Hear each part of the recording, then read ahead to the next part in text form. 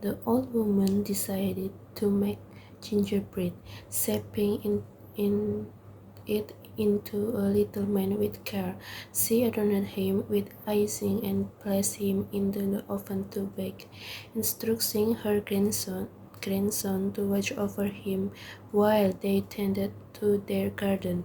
As the gingerbread baked, the sweet aroma filled the cottage, but the curious little boy got distracted and began daydream. Suddenly, the oven door cracked open, and out sprang the gingerbread. Once upon a time, in a cozy cottage nestled at the edge of a bustling village, there lived an old couple who loved to bake.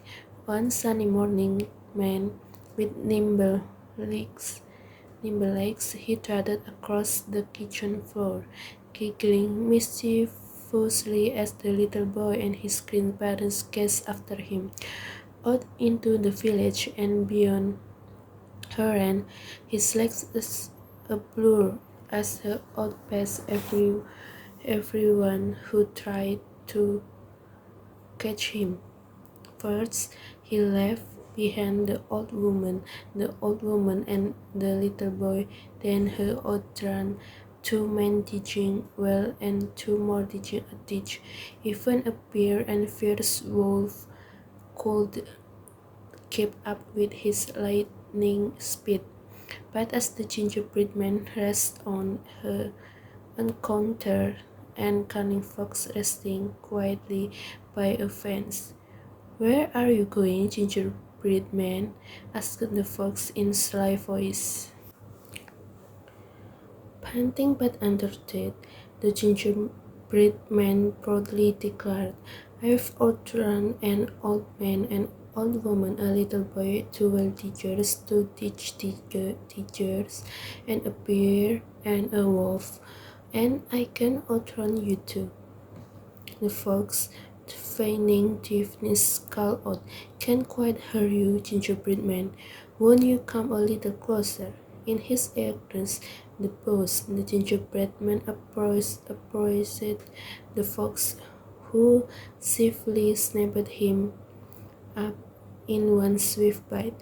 And so the gingerbread man's speedy adventure came to an expected end in the jaws of the wily fox took his tail, and tragically many agreed with Prince Bertie the frog that gingerbread was in the delectable treat worthy of pursuit.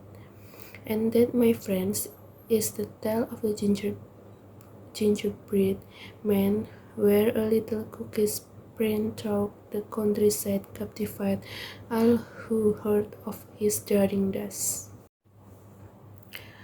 Part 2. Once upon a time, in peacefully brown nestled with the palace garden, there lived a rather grumpy fish named Colin the Carp. He shared his aquatic home with Prince Bertie the Frog, who often found Colin antics both annoying and mischievous. Despite Colin's reputation for grumpiness and playing tricks on tadpoles, he surprisingly had growing fan club among the pond's inhabitants. One day, the weak queen, known for her magical powers and her disdain for everything too nice, struck up an unusual conversation with Colin. Venting her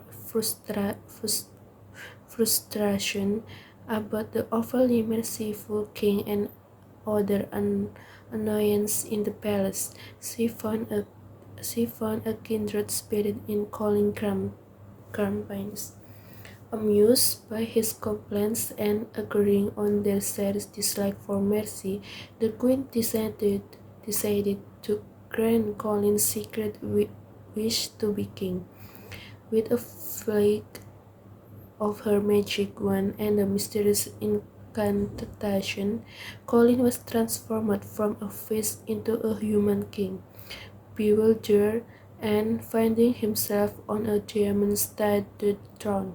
Colin grappled with his newfound humanity and royal responsibilities. As King Colin, he initially maintained his grumpy demeanor but soon found himself charmed by the lovely Princess Beatrice and the admiration of the people. Colin Wright to unexpected turns. He advocated for breeding hospital for children and even proposed an underwater wing for sick fish.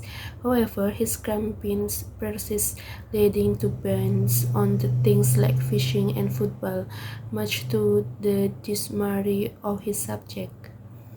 Despite some wise decisions such as investing in community welfare, Colin's inability to appreciate later aspects of life, like football, eventually led to widespread discontent among his people.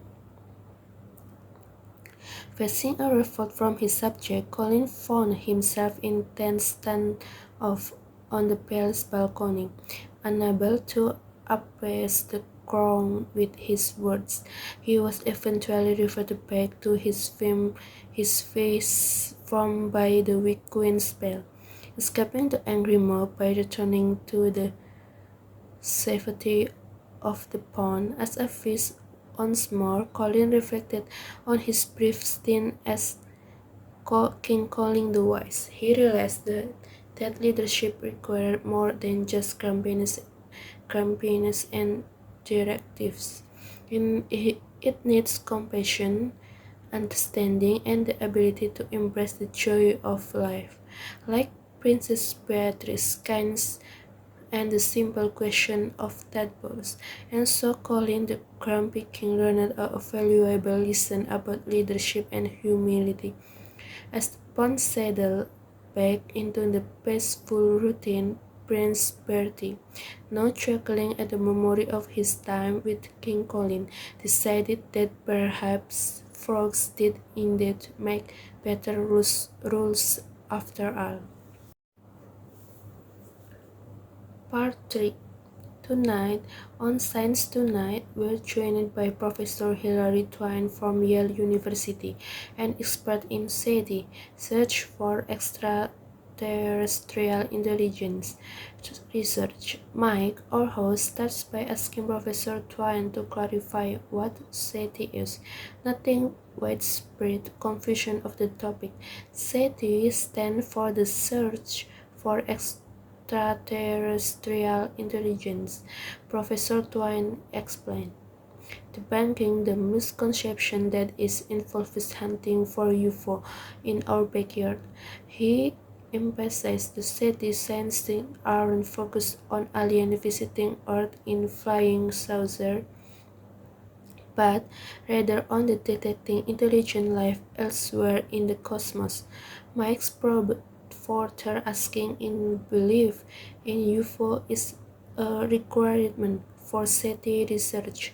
Professor Tuan clarifies that while they believe in the existence of intelligent civilization, they don't necessarily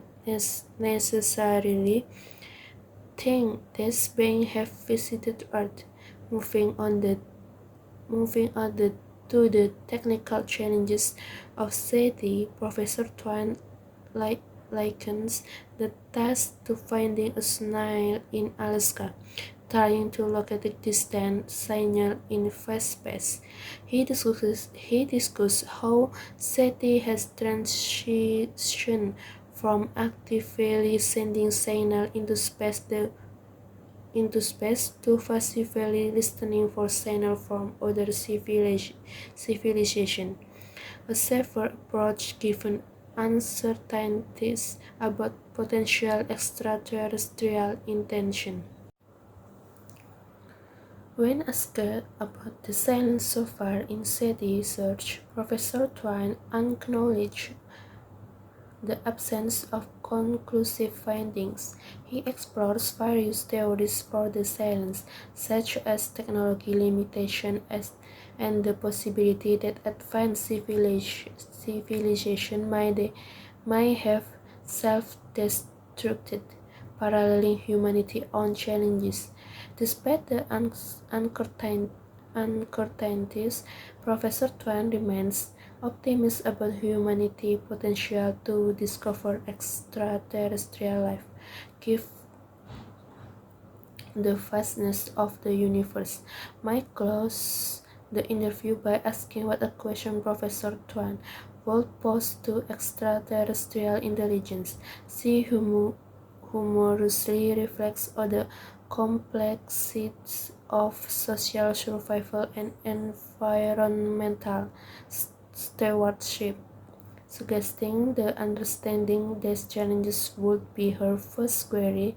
In conclusion, Professor Hilary Twain provides a fascinating glimpse into the intricacies of SETI research, leaving listeners with a mix of curiosity and optimism about humanity's place in the cosmos.